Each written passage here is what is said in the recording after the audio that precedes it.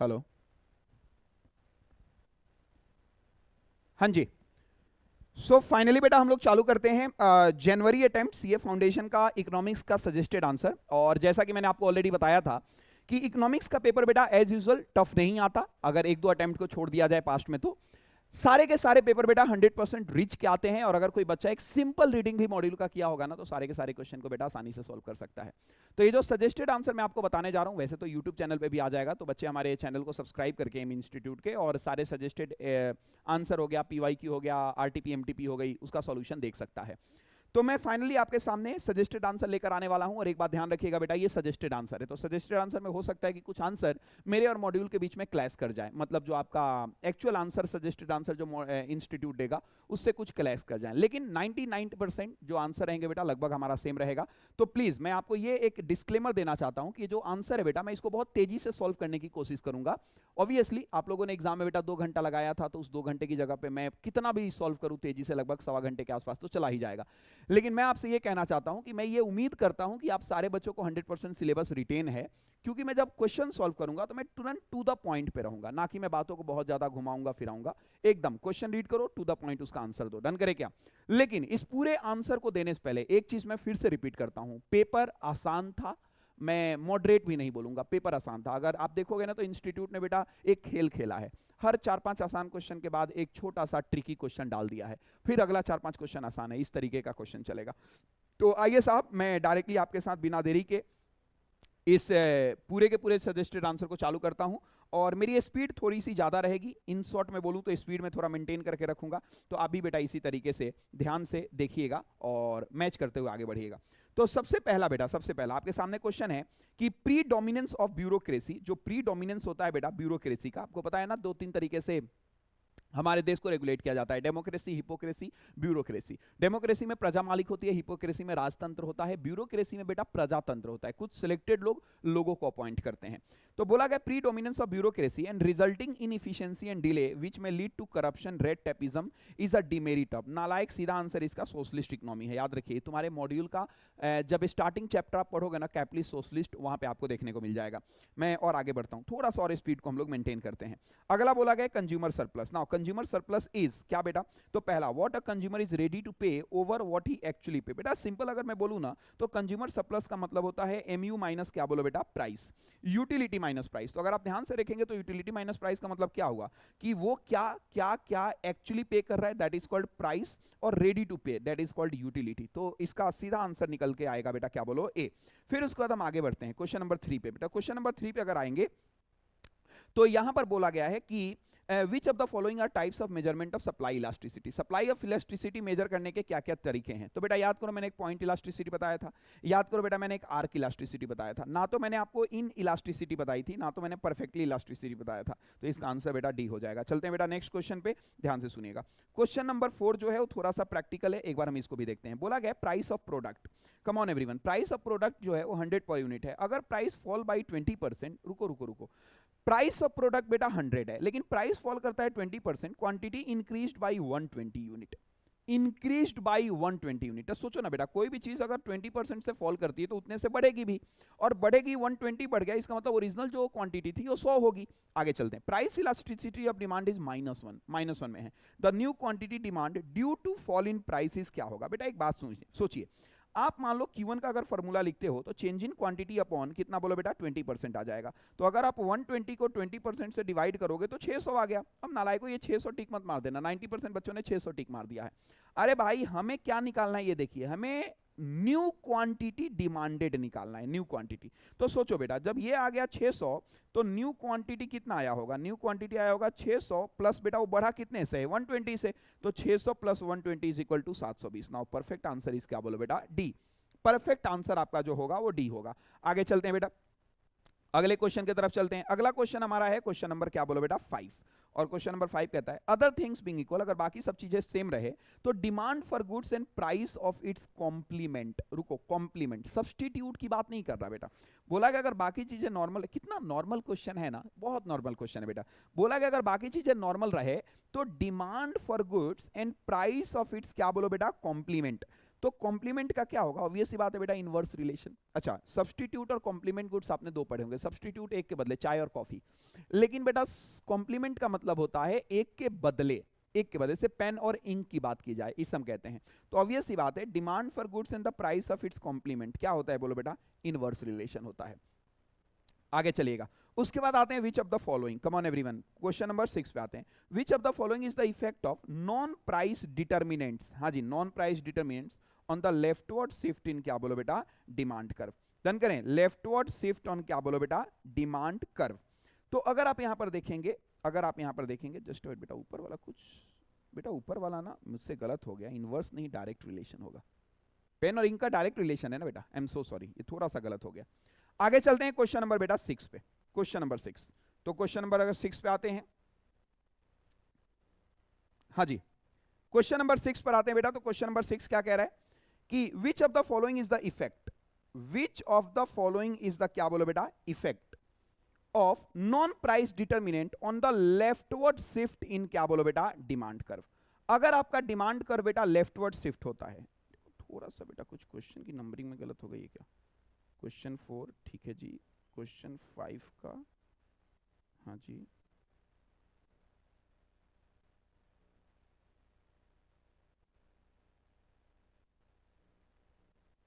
Just wait बेटा,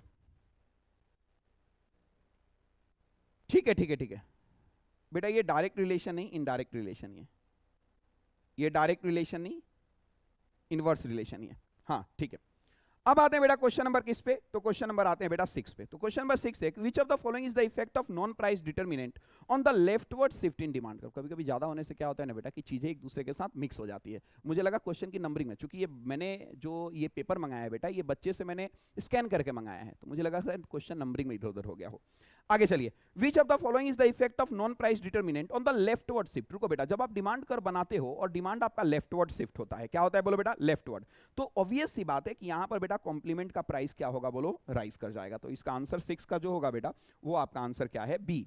उसका चलते हैं 7वें पे, बोला गया विच of the following is not a correct statement regarding क्या बोलो बेटा, अपॉर्चुनिटी कॉस्ट। अपॉर्चुनिटी कॉस्ट को लेकर हमें नॉट अ करेक्ट मतलब गलत आंसर ढूंढना है, गलत आंसर ढूंढना है। तो अगर आप गलत आंसर की बात करो तो आगे चलते हैं, is always recorded in the books of accounts, नालायक, यही गलत निकल के आ गया। अरे भैया, अपॉर्चुनिटी कॉस्ट को बुक्स में थोड़ी रिकॉर्ड किया जाता है, तो यही पे आंसर गलत आ गया। आगे चलते हैं बेटा, पॉइंट नंबर 8 पर चलते हैं। पॉइंट नंबर 8, पॉइंट नंबर 8 क्या कहता है, क्वेश्चन नंबर 8 कि if cross elasticity between two product is zero. अगर बेटा क्रॉस इलास्टिसिटी दो प्रोडक्ट का क्या है बोलो बेटा, जीरो है, तो goods are best described. Obvious सी बात है, जब बेटा इलास्टिसिटी किसी प्रोडक्ट का जीरो होता है, इसका मतलब बेटा एक बढ़े दूसरे पे कोई अंतर नहीं आएगा, इसका मतलब टोटली क्या बोलो, अनरिलेटेड। आते हैं बेटा किस पे बोलो, 9 के क्वेश्चन पे। What does the term entrepreneur in economics refers to. रुको, एंटरप्रेन्योर का मतलब इकोनॉमिक्स में क्या होता है, अरे भैया सिंपल, कोई भी ऐसा पर्सन जो कंबाइन करता है सारे factor of production, risk bear करता है और इनोवेट करता है। बिल्कुल बेटा ये भी है, लेकिन आओ आगे कुछ और भी शायद बेटर आंसर हो सकते हैं। पर्सन हु ओनली ऑनलाइन, नहीं भाई। The head of the marketing department, बिल्कुल नहीं भाई। इन्वेस्टर इन मशीन, नहीं भैया। तो आंसर क्या होगा इसका, ए होगा। आगे चलते हैं बेटा क्वेश्चन नंबर 10 पे। क्वेश्चन नंबर 10 बोला गया है कि capital perform its function dash capital. बताओ नीचे में से कौन सा कैपिटल है जो परफॉर्म करता है function in production in a single use and is not available for further use. बेटा इसको सर्कुलेटिंग कहते हैं। मॉड्यूल अगर आपने पढ़ा होगा तो सीधा इसका आंसर दिख जाएगा। इसको हम लोग सर्कुलेटिंग कहते हैं। क्या कहते हैं बेटा, सर्कुलेटिंग। आगे चलते हैं बेटा 11 पे, आगे चलते हैं 11 पे। Total supply of land is perfectly in elastic from, देख रहे हो तुम, ये भी मॉड्यूल का क्वेश्चन, मैंने ये बात एग्जैक्टली लिखवाया भी था बेटा आपको नोट पॉइंट में, मुझे याद है। Total supply of land is perfectly in elastic from the point of view of the क्या बोलो बेटा, इकोनॉमी। मतलब इकोनॉमी के पॉइंट ऑफ व्यू से अगर देखा जाए तो सप्लाई ऑफ लैंड ना परफेक्टली इन इलास्टिक है। इट मींस, इसका क्या मतलब हुआ, सप्लाई इंक्रीज इन डिमांड, घंटा बेटा बिल्कुल नहीं। अरे भैया सप्लाई इंक्रीज हो जाएगा इंक्रीज इन डिमांड। प्रॉपर्टी का बेटा सप्लाई तुम कैसे इंक्रीज कर सकते हो, तो फिक्स्ड है। Supply is unaffected with change in demand, answer is yes. ये आपका परफेक्ट आंसर है। आते हैं बेटा किस पे, 12 पे। Market where firm buy the resources they need like land, labour etcetera. क्या यार, कितना आसान आसान क्वेश्चन है ना। फैक्टर इसका मार्केट परफेक्ट आंसर है। आते हैं बेटा क्वेश्चन नंबर 13 पे। क्वेश्चन नंबर 13 अगर हम ध्यान से देखेंगे तो क्वेश्चन नंबर 13 में बोला गया है कि a curve which show all the different combination of input that can produce same level of output. रुको रुको रुको रुको, मैंने आपको एक iso quant curve iso cost line बताया था। आइसो का मतलब ये होता है बेटा सिमिलर। नाउ क्वांट और कॉस्ट, कॉस्ट हमें बजट देता था, क्वांट हमें ये बताता था कि चाहे आप कोई भी फैक्टर यूज कर लो आपको सेटिस्फेक्शन सेम होगी, प्रोडक्शन सेम होगी। इसी को बेटा हम लोग यूटिलिटी चैप्टर में इंडिफरेंस कर्व भी कहते थे। इसका आंसर क्या होगा बेटा बोलो? सी। इसका आंसर क्या होगा बेटा बोलो? सी। आते हैं बेटा क्वेश्चन अगले पे, और अगला हमारा क्वेश्चन है क्वेश्चन नंबर 14।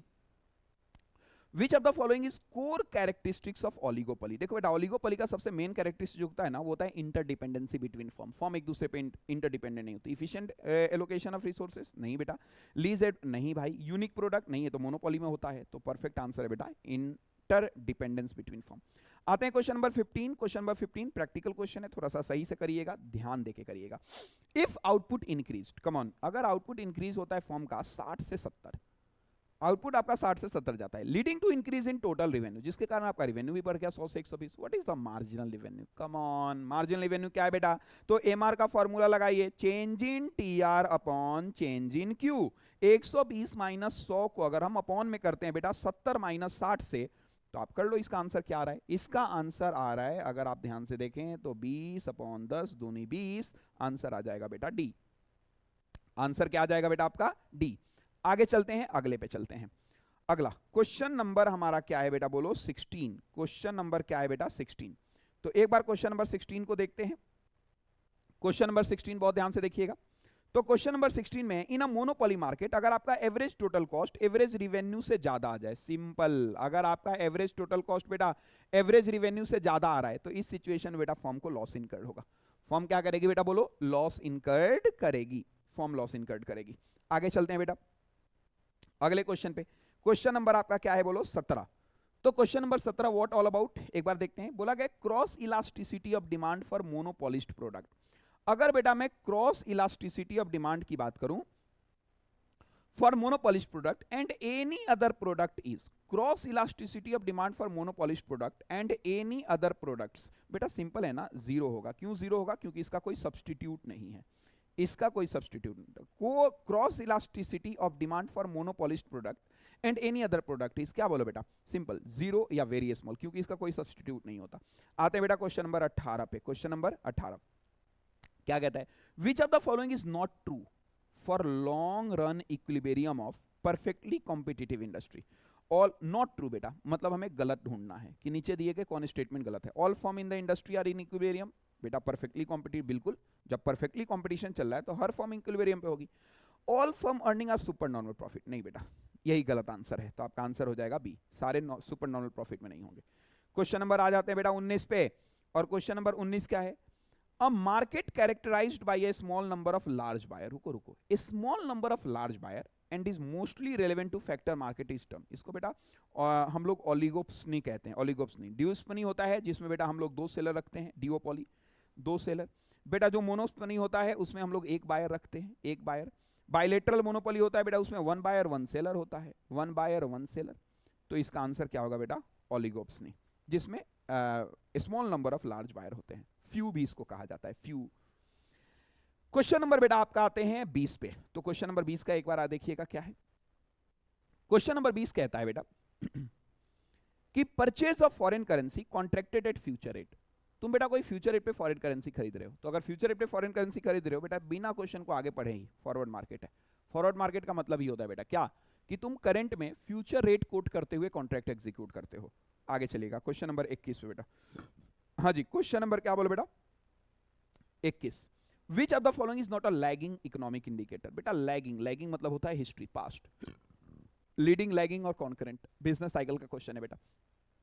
लीडिंग जो आगे चलता है, लैगिंग जो बाद में चलता है, सिचुएशन हो गया बाद में आएगा।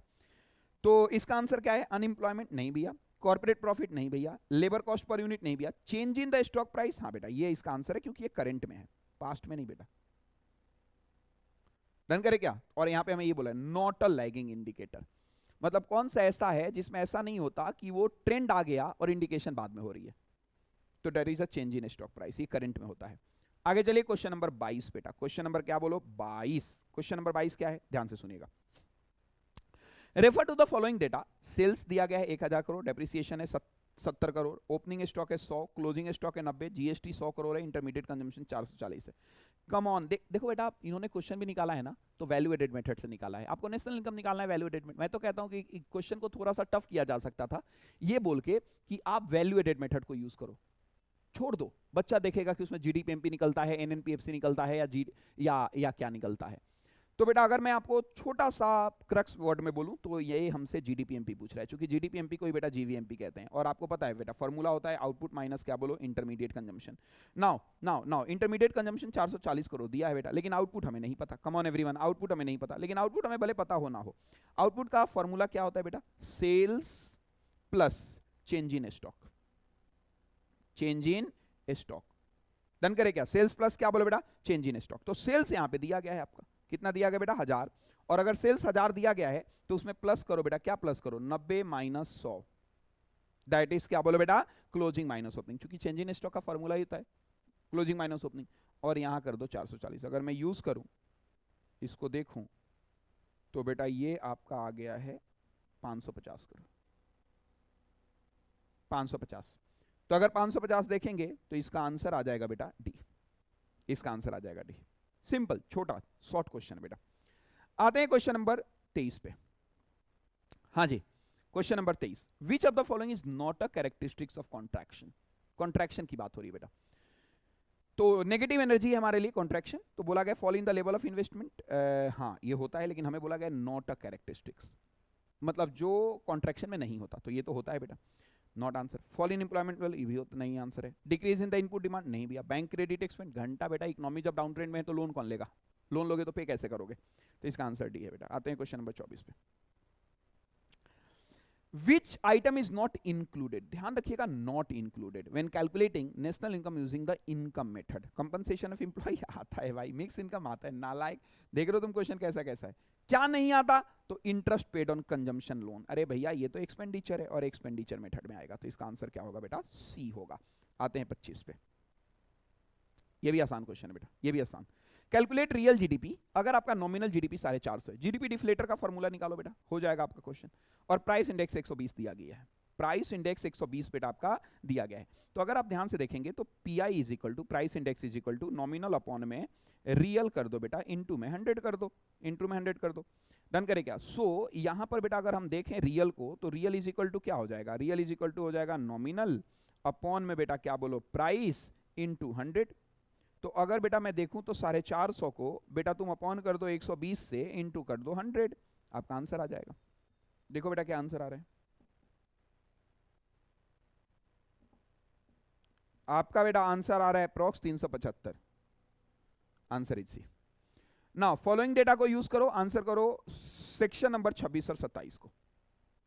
सेक्शन नंबर 26 पहले देखो है क्या, सेम प्रीवियस क्वेश्चन की तरह है बेटा, निकालना क्या है छोड़ी, पहले क्या दिया गया ये देखो। ऑपरेटिंग सरप्लस है, मिक्स इनकम है, रेंट है, प्रॉफिट है, इंटरेस्ट है, नेट इनडायरेक्ट टैक्स है, कंजम्पशन ऑफ फिक्स कैपिटल है, कंपनसेशन ऑफ एम्प्लॉय। बेटा ये इनकम मेथड से पूछना चाहता होगा, लेकिन गोली मारो क्या पूछेगा। देखो क्वेश्चन नंबर 26 में बेटा वो जीडीपी एमपी पूछ रहा है, और यहां पर बेटा वो जीडीपी एफसी पूछ रहा है। डन करे क्या, तो हम लोग इस क्वेश्चन को कैसे निकाल सकते हैं, आइए एक बार यहीं पे सॉल्व करते हैं, एक बार हम यहीं पे सॉल्व करते हैं। ये देखिए, सबसे पहले तुम क्या करो बेटा कि तुम ऐड करते चलो कंपनसेशन ऑफ एम्प्लॉय वगैरह को। मैंने कंपनसेशन ऑफ एम्प्लॉय ले लिया बेटा 1000, जस्ट वेट, मैंने कंपनसेशन ऑफ एम्प्लॉय ले लिया बेटा 1000। फिर उसके बाद मैंने इसमें क्या कर दिया, तो ऑपरेटिंग सरप्लस को ऐड कर दिया 2500। फिर उसके बाद मैंने मिक्स इनकम बेटा 1500 ऐड कर दिए, प्लस उसके बाद मैंने आपको क्या किया बेटा, तो consumption of fix capital depreciation बेटा, उसको मैंने क्या कर दिया, ऐड कर दिया। ठीक है जी, तो जब ये काम मैं करूंगा तो मेरा जीडीपी एफसी आ जाएगा, मेरा जीडीपी एफसी आ गया। अब इस जीडीपी एफसी से जब मैं प्लस करूंगा बेटा एनआईटी, इसमें जब मैं प्लस करूंगा क्या बोलो बेटा, एनआईटी दिया गया है, एनआईटी 400, तो बेटा मेरा सीधा आंसर आ जाएगा क्या बोलो एक बार उसे, सीधा आंसर आ जाएगा मेरा क्या बोलो, जीडीपी वाला। डन करें, तो अगर आप ध्यान से देखेंगे तो एक बार अगर आप करो इसे, प्लस 1500 300 5700 करोड़ आ गया बेटा, तो इसका आंसर जो होगा वो ए होगा। और जब जीडीपी एमपी हमारे पास आ गया और वो पूछ रहा है जीडीपी एफसी, कम ऑन, तो 5700 में से आप सीधा क्या माइनस कर दो, एनआईटी बेटा, चूंकि एफसी और एमपी के बीच का डिफरेंस एनआईटी तो होता है 400, तो आपका जो आंसर आएगा अपना आंसर है। आ गया बेटा, कितना आया? 5300 रुपए। चलते हैं क्वेश्चन नंबर 28 की तरफ। क्वेश्चन नंबर 28, ऑपरेटिंग सरप्लस में क्या आता है? सिंपल, ऊपर वाले क्वेश्चन तुम देख सकते हो बेटा कि क्वेश्चन आपको ना टफ नहीं दिया गया, नॉर्मल क्वेश्चन दिया गया है, टच का दिया गया। ऑपरेटिंग सरप्लस में क्या आता है बेटा? रेंट, इंटरेस्ट एंड प्रॉफिट आता है। अच्छा एक बात बताओ, क्या इसमें रॉयल्टी भी आती है? अगर दिया होता तो रॉयल्टी भी इंक्लूड कर दिया जाता है। आगे चलो बेटा, question number 29, government redistribute function leads to dead weight losses. Government redistribution function leads to dead weight losses. क्यों भैया? क्योंकि ना ये केवल गवर्नमेंट, देखो बेटा, मेरिट गुड्स पे केवल फोकस करती है, और ये सबसे बड़ा नुकसान का सौदा है गवर्नमेंट फंक्शन के रीडिस्ट्रीब्यूशन का। मेरिट गुड्स, सरकार को लगता है कि जो चीजें अच्छी हैं केवल वही प्रोड्यूस करो, जबकि ऐसा नहीं है बेटा। कुछ गुड्स नेसेसिटी भी तो होती है, मेरिट हो या ना हो। तो इसका आंसर क्या है बेटा? बी है।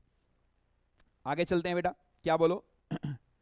आगे तो आगे है कि ड्यूरिंग रिसेशन हमारे लिए अनफेवरेबल होता है। गवर्नमेंट इंक्रीज इट्स एक्सपेंडिचर और कट डाउन टैक्सेस, बिल्कुल सही है। Deficit budget are expected to, deficit budget बेटा जहां पे खर्चे ज्यादा हो गए, are expected to stimulate economic, stimulate मतलब बढ़ाना होता है, वो इकोनॉमिक एक्टिविटी को बढ़ाता है। While surplus budget tends to slow down economic growth, बिल्कुल सही बात है बेटा, दोनों ही स्टेटमेंट सही है, दोनों ही स्टेटमेंट सही है। विच of the following is not one of the three main macro economics goal for any nation? किसी भी कंट्री का बेटा मैक्रो इकोनॉमिक्स गोल क्या नहीं है? Universal education to all, economic growth, high level of employment, price. बेटा ये भी है, ये भी है, ये भी है, क्या नहीं है? तो ये नहीं है। क्यों? क्योंकि देखो बेटा, यूनिवर्सल एजुकेशन कैसे आप दे सकते हो? मैं सीएस हूं तो क्या जरूरी है तुम भी सीएस? सरकार की जिम्मेदारी है कि तुम्हें सीएस बनाए? नहीं भैया। Basic education to all macroeconomics goal हो सकता है, यूनिवर्सल एजुकेशन टू ऑल ये नहीं हो सकता।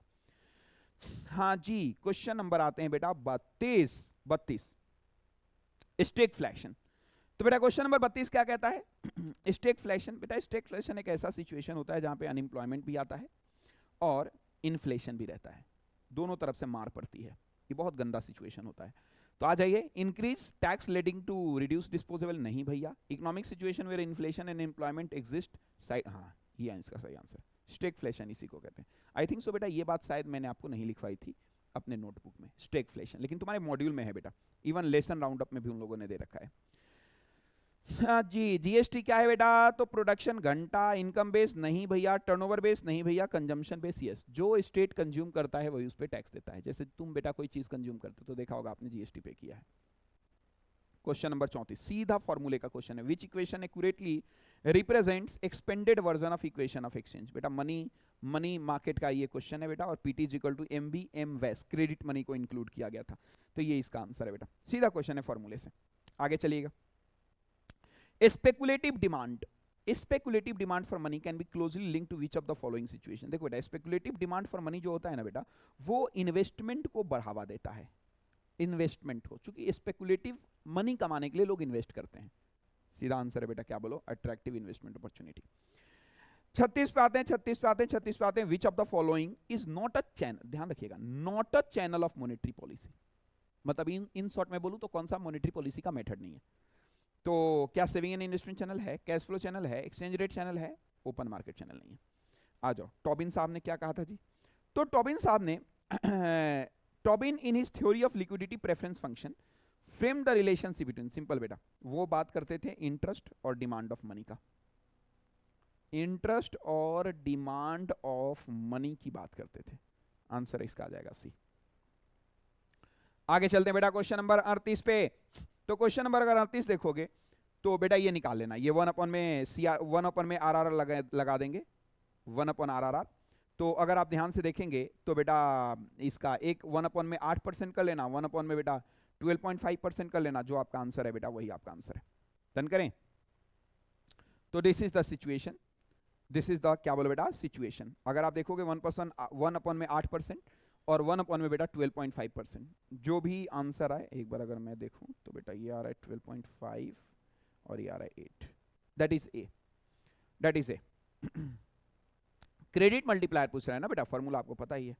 आगे चलते हैं बालक, क्वेश्चन नंबर किस पे? 39 पे। 39 सर, व्हाट इज द 39? आ जाइए। Which of the following is not a benefit of international trade? International trade का बेनिफिट नहीं है, बेनिफिट नहीं मतलब नुकसान हो सकता है। Provide greater stimulus of innovative service, है बेटा। Trade provide access to new market, है जी, लेकिन हमें नॉट ढूंढना है। Unprivileged country will be less vulnerable, vulnerable मतलब रिस्की होता है, to exploitation of corporate operating. Unprivileged country will be less vulnerable मतलब risky to exploitation by corporation of, नहीं बेटा नहीं, ये इसका परफेक्ट आंसर है, ये इसका परफेक्ट आंसर है सी। ऐसा नहीं है बेटा कि जो अनप्रिविलेज कंट्री है वो इससे लेस रिस्की होगा, ऐसा नहीं है बेटा, रिस्क होना ही होना है इंटरनेशनल ट्रेड से, चाहे आप बेटा अंडर प्रिविलेज कंट्री हो या कोई भी कंट्री हो। आगे चलते हैं बेटा, क्वेश्चन नंबर किस पे बोलो जी, 40 पे। Which of the following is a combination of two policy, quota and tariff. Simple बेटा, टैरिफ रेट कोटा इसे कहते हैं। कोई भी ऐसी पॉलिसी जिसमें कोटा भी हो टैरिफ भी हो। कोटा मतलब इतने से ज्यादा इंपोर्ट एक्सपोर्ट पॉसिबल नहीं है तो उसे हम कोटा कहते हैं, टैरिफ मतलब परसेंटेज लगा दिया जाता है तो उसे हम टैरिफ रेट कोटा कहते हैं। आगे चलते हैं बेटा 41 पे। 41 क्या है बेटा तो अगर आप क्वेश्चन नंबर 41 को देखेंगे, बालक एंड बालिकाएं, अगर आप क्वेश्चन नंबर 41 को देखेंगे तो क्वेश्चन नंबर 41 बेटा जो है वो है कि which of the following represents technical measure within non tariff measure. रुक जाओ, technical measure within non tariff measure, तो बेटा इसमें कस्टम फॉर्मेलिटी नहीं, नहीं ये बिल्कुल रिप्रेजेंट नहीं करता technical measure within non tariff measure में। एनटीएम एक टेक्निकल मेजर था, एक नॉन टैरिफ मेजर थी, नॉन टेक्निकल मेजर था, तो उसमें कस्टम फॉर्मेलिटी नहीं आता साहब। शिपिंग रिक्वायरमेंट नहीं आता। प्रोडक्शन प्रोसेस, हाँ बेटा ये आंसर है इसका परफेक्ट, क्योंकि प्रोडक्शन प्रोसेस जो होता है बेटा ये technical measure within non tariff measure में आता है। अब आ जाइए क्वेश्चन नंबर बेटा 42। क्वेश्चन नंबर क्या बोलो बेटा 42, तो सेम फॉर्मूला आप लगा दीजिए। बोला गया कैलकुलेट करो नॉमिनल एक्सचेंज रेट, तभी रियल और नॉमिनल कैलकुलेट करने आए बेटा डिफ्लेटर या इंडेक्स का फॉर्मूला लगाओ। आ जाओ बेटा, आप बताइएगा price index is equal to क्या होता है, तो नॉमिनल अपॉन में रियल इंटू 100। तो अगर नॉमिनल इज इक्वल टू बोला जाए, नॉमिनल इज इक्वल टू, तो सिंपल है ना बेटा, प्राइस इंडेक्स कर दो इनटू में बेटा रियल कर दो अपॉन में 100 कर दो। तो अगर आप देखोगे तो 140, चूंकि डोमेस्टिक प्राइस इंडेक्स 140 है तो 140 इनटू में बेटा 25 आ जाएगा अपॉन में 100 आ जाएगा। क्यों 25 आ जाएगा, क्योंकि रियल एक्सचेंज रेट है। तो अब इसका देख लो बेटा आंसर क्या आ रहा है, तो इसका आंसर अगर आप देखोगे 35 आएगा। That is this one, D. आगे चलते हैं बेटा क्वेश्चन नंबर 43 पे चलते हैं। 43 पे, which initiative of the NITI Aayog is the one stop destination for all information on electric vehicle. बेटा ये थोड़ा सा क्वेश्चन उन लोगों ने ना, अब मुझे नहीं पता, मैंने मॉड्यूल में मतलब बहुत ध्यान से नहीं देखा, लेकिन हाँ ये क्वेश्चन जो है थोड़ा सा जनरल नॉलेज का क्वेश्चन है। जैसे शून्य कैंपेन पॉल्यूशन की बात करता है, मेथनॉल इकोनॉमी भी अलग है, लाइफ भी बेटा हेल्थ वगैरह की बात करता है, ई अमृत जो है वो बात करता है इलेक्ट्रिक व्हीकल के बारे में। ई अमृत थोड़ा सा अगर आप ध्यान से देखो तो इलेक्ट्रिक व्हीकल ई आप सीधा देख सकते हो। मेक इन इंडिया 2.0 फोकस करता है। अगेन बेटा ये जनरल नॉलेज का इन लोगों ने क्वेश्चन पूछा है, अगेन जनरल नॉलेज का क्वेश्चन है। और बेटा याद रखिएगा 2.0 जी इसमें है ना, उसमें 15 मैन्युफैक्चरिंग सेक्टर 12 सर्विस सेक्टर को इंक्लूड किया गया था, तो इसका आंसर ए होगा। मैं रिपीट कर दूं, जरूरी नहीं ये चीजें तुम्हें मॉड्यूल में मिले, इसके लिए थोड़ा सा आपको बेसिक दिमाग लगाना होगा, गूगल करना होगा। तो कभी कभी ऐसा क्वेश्चन बेटा एग्जाम में आता है जो तुम्हारे दिमाग को खराब कर देता है। आते बेटा क्वेश्चन नंबर किस पे जी, 45 पे। Which of the following industries included in the 8 core sector assessed by the index of industrial production. ये तुम्हारे मॉड्यूल का आंसर है बेटा, ये कोल है, कोल मॉड्यूल में भी दिया गया। आई थिंक सो एमटीपी में भी बेटा ये क्वेश्चन था, अगर मैं गलत ना हूं तो, शायद मुझे जहां तक याद है प्रीवियस ईयर का जो एमटीपी था उसमें बेटा ये इंडस्ट्रियल प्रोडक्शन और इंडेक्स ऑफ इंडस्ट्रियल प्रमोशन में प्रोडक्शन में ये क्वेश्चन था बेटा, कोल इसका परफेक्ट आंसर है। आते हैं क्वेश्चन नंबर 46 पे। Now what is the question number 46, तो क्वेश्चन नंबर 46 में बोला गया है बेटा कि what does a brownfield investment in FDI imply. बेटा एफडीआई में एक ब्राउनफील्ड इन्वेस्टमेंट का कॉन्सेप्ट होता है। ब्राउनफील्ड इसमें क्या होता है ना कि एग्जिस्टिंग इंफ्रास्ट्रक्चर को तुम मर्जर एक्विजिशन और लीजिंग के थ्रू क्या करते हो बेटा, प्रमोट करने की कोशिश करते हो। ब्राउनफील्ड इन्वेस्टमेंट, मैं फिर से रिपीट करता हूं, इसमें कोई नई रिसोर्सेज क्रिएट नहीं होती, एग्जिस्टिंग रिसोर्सेज को ही हम लोग प्लस माइनस करके इधर उधर करके और क्या करने की कोशिश करते हैं बेटा, इकोनॉमी को बूस्ट करने की कोशिश करते हैं। तो इसमें क्या हम लोग कोई नया इंफ्रास्ट्रक्चर क्रिएट करते हैं, बिल्कुल नहीं भैया। क्या एग्जिस्टिंग इंफ्रास्ट्रक्चर को हम मर्ज एक्विजिशन के थ्रू करेंगे, यस। आप लोगों ने एक सिनर्जी इफेक्ट का नाम सुना होगा, सिनर्जी बेनिफिट। दो कंपनी मिलकर हम अकेले कुछ नहीं कर सकते, आप अकेले कुछ नहीं कर सकते, लेकिन अगर हम दोनों मिल जाएं तो हम कुछ अच्छा काम कर सकते हैं। इसको भी बेटा ब्राउनफील्ड इन्वेस्टमेंट कहा जाता है। आगे चलते हैं क्वेश्चन नंबर 47 पे। क्वेश्चन नंबर 47 कहा गया है कि बताइए which sector accounts for the largest recipient of FDI. Simple बेटा, सर्विस।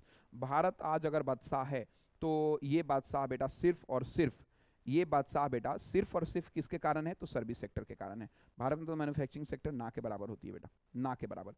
आगे which of the following was not a major reform introduce during, क्या बोले बेटा, 1980 इन, क्या बोलिए, इंडिया। 1980 में बताओ नीचे में से कौन सा, which of the following was not a major reform. 1980 में कौन सा मेजर रिफॉर्म नहीं था? इंडस्ट्रियल डिलाइसेंसिंग थी बेटा, फॉर्मेशन ऑफ सेबी बिल्कुल भैया 1992 का लॉ है, 1980 में अप्रॉक्स वो बनना चालू हो गया था। Implementation of modified value added tax ये भी था। करेंसी डी नंबर नहीं बेटा, ये तो मोदी साहब ने किया था। तो इसका परफेक्ट आंसर सी है, परफेक्ट आंसर बेटा इसका सी है। आगे चलते हैं 49 पर, कम ऑन एवरीवन, किस पे चलते हैं बेटा? 49। Which of the following is not a normative? Normative what should be? Which of the following is normative? Normative मतलब होता है suggestion, should be positive science, normative science. तो public health care increase public expenditure, नहीं भैया ये normative नहीं है, ये तो व्हाट इज है, व्हाट शुड बी नहीं है। Higher interest rate as set by the government, नहीं भैया। If consumer income drop consumer will have less money, नहीं भैया। द गवर्नमेंट शुड होते ही बेटा आंसर डी हो जाएगा। और एक लास्ट आते हैं बेटा क्वेश्चन नंबर किस पे? 50 पे। तो एक बार इसको मैच करके देखते हैं बेटा क्या कहानी है। तो कहानी ये है कि कैपिटलिस्ट इकोनॉमी को, मतलब मैच द फॉलोइंग। तो बेटा कैपिटलिस्ट इकोनॉमी कहाँ मर्ज होगी? High degree of operating efficiency. हाँ जी, कैपिटलिस्ट में बेटा ऑपरेटिंग इफिशियंसी आता है, चूंकि प्राइवेट लोग हैं, डंडा देंगे काम करने के लिए। सोशलिस्ट इकोनॉमी जो है वो कमांड, चूंकि वो रेगुलेटेड इकोनॉमी होती है। मिक्स्ड इकोनॉमी बेटा, तो पहले का बी, दूसरे का ए, तीसरे का सी। C answer. डन कर एवरीवन? ओके।